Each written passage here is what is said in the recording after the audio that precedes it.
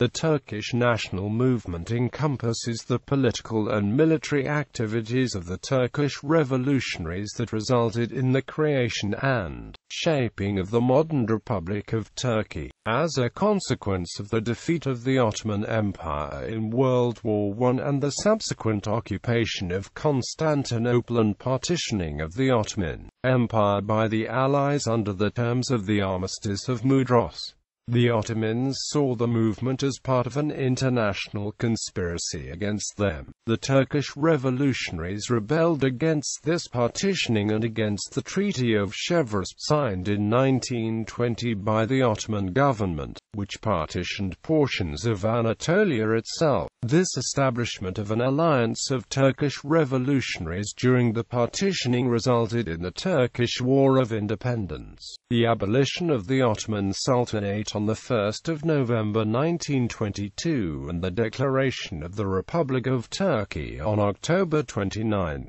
1923. The movement declared that the only source of governance for the Turkish people would be the democratic-led National Assembly of Turkey. The movement was created in 1919 through a series of agreements and conferences throughout Anatolia and Thrace.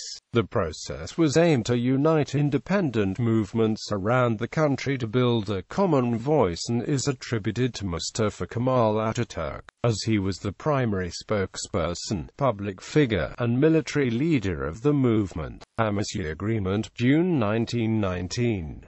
The Amity Agreement was important in many respects. It was the first call to the national movement against the occupying powers. It consisted of talks about national independence based on provinces, not race. Even in this declaration we saw the roots of what constitutes the Turk as a political term. There was no distinction or reference to race or religion.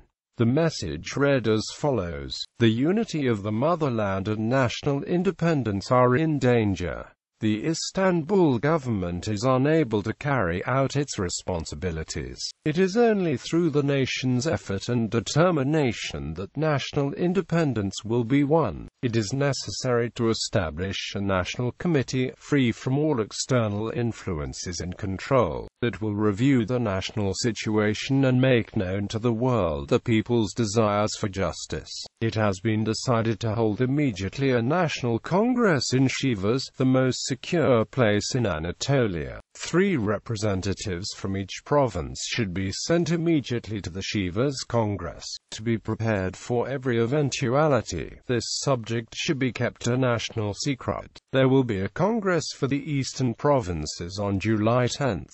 The delegation from the Erzurum Congress will depart to join to the general meeting in Shivas. This agreement was signed by Mustafa Kemal Ataturk, Rauf Bey, Ali Fuad Sebasoy, Refat Bel and later Kazim Karabekir in Erzurum. Conferences. Erzurum Congress, August 1919 on American mandate. On 1 August 1919, the Cochrane Commission tried to contact large groups of interested parties in Constantinople, to obtain the positions with a view toward reporting them to the Paris Peace Conference. Kazim Karabekir learned that a memorandum was adopted by an amalgamation of political groups in Constantinople and consequently, the Erzurum Congress, which has been in session since the 23rd of July, sent a memorandum to American President Woodrow Wilson on the same day. It was probably also meant to remind all other parties of Wilson's 14 points and the fact that the nationalists were aware of them. Among the objectives of the nationalists was, it appears, to signal the resolve of the nationalists to the interested parties, and display their intent not to tolerate indiscriminate political pressure. What began as a suggestion to the nationalists to accept the American mandate at the time of the Erzurum Congress became a major campaign immediately afterwards. By the time Shivas Congress was convened, no less than 3 channels were working on the nationalist leadership to persuade them at least to consider the American mandate. if not outright adopt a resolution in favor of it at the Shivas Congress. Shivas Congress, September 1919. The Shivas Congress was the first time the 14 leaders of the movement united under a single roof. These people formed a plan between 16 and the 29th of October. They agreed that the parliament should meet in Constantinople, even if it were obvious that this parliament could not function under the occupation. It was a great chance to build the base and legitimacy. They decided on formalizing a representative committee that would handle the distribution and implementation, which could easily be turned into a new government if allies decided to disband the whole Ottoman governing structure. Mustafa Kemal established two concepts into this program: independence and integrity. Mustafa Kemal was setting the stage for conditions which would legitimize this organization and illegitimate the Ottoman parliament. These conditions were also mentioned in the Wilsonian rules. Mustafa Kemal opened the National Congress at Shivas, with delegates from the entire nation taking part. The Erzurum resolutions were transformed into a national appeal, and the name of the organization changed to the Society to Defend the Rights and Interests of the Provinces of Anatolia and Rumeli. The Erzurum resolutions were reaffirmed with minor additions. These included new clauses such as Article 3, which states that the formation of an independent Greece on the Aydın, Manisa, and Balıkesir fronts was unacceptable. The Shivas Congress essentially reinforced the stance taken at the Erzurum Congress. All these were performed while the Harburg Commission arrived in Constantinople. Amity Protocol, October 1919. Grand National Assembly, November 1919. Plans were made to organize a new government and parliament in Ankara, and the Sultan asked to accept its authority. A flood of supporters moved to Ankara just ahead of the Allied dragnets. Included among them were Halide Edip, her husband Adnan Adavar, İsmet İnönü, Kemal's most important allies in the Ministry of War, and the last president of the Chamber of Deputies, Selahattin Arif. The latter's desertion of the capital was of great significance. Illegally elected president of the last representative Ottoman parliament, he claimed that it had been dissolved illegally, in violation of the constitution, enabling Kemal to assume full governmental powers for the Ankara regime. On March 1920, he announced that the Turkish nation was establishing its own parliament in Ankara under the name Grand National Assembly.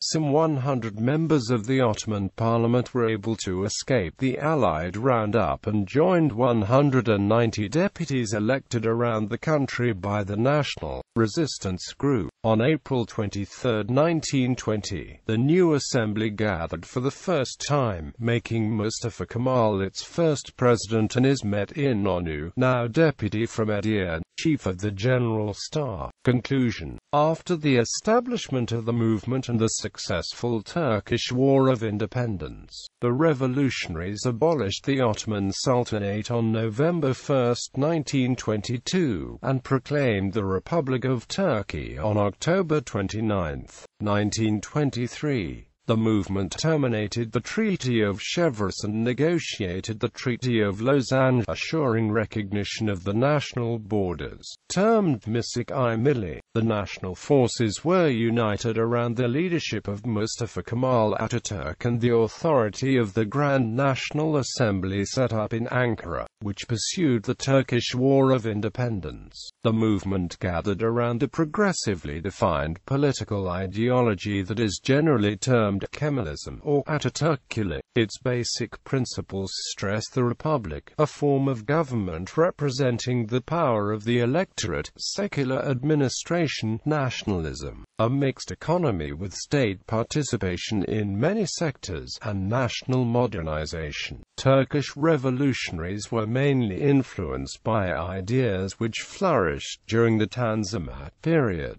The revolutionaries should not be associated with the Young Turk movement of the same era, which was tightly bound to the Ottoman state and the ideals of Ottomanism. Turkish revolutionaries indeed were not a homogeneous group of people, as they had different ideas on social and political issues. There were years in which most of them did not communicate with each other, even though they presided over the major social and political institutions.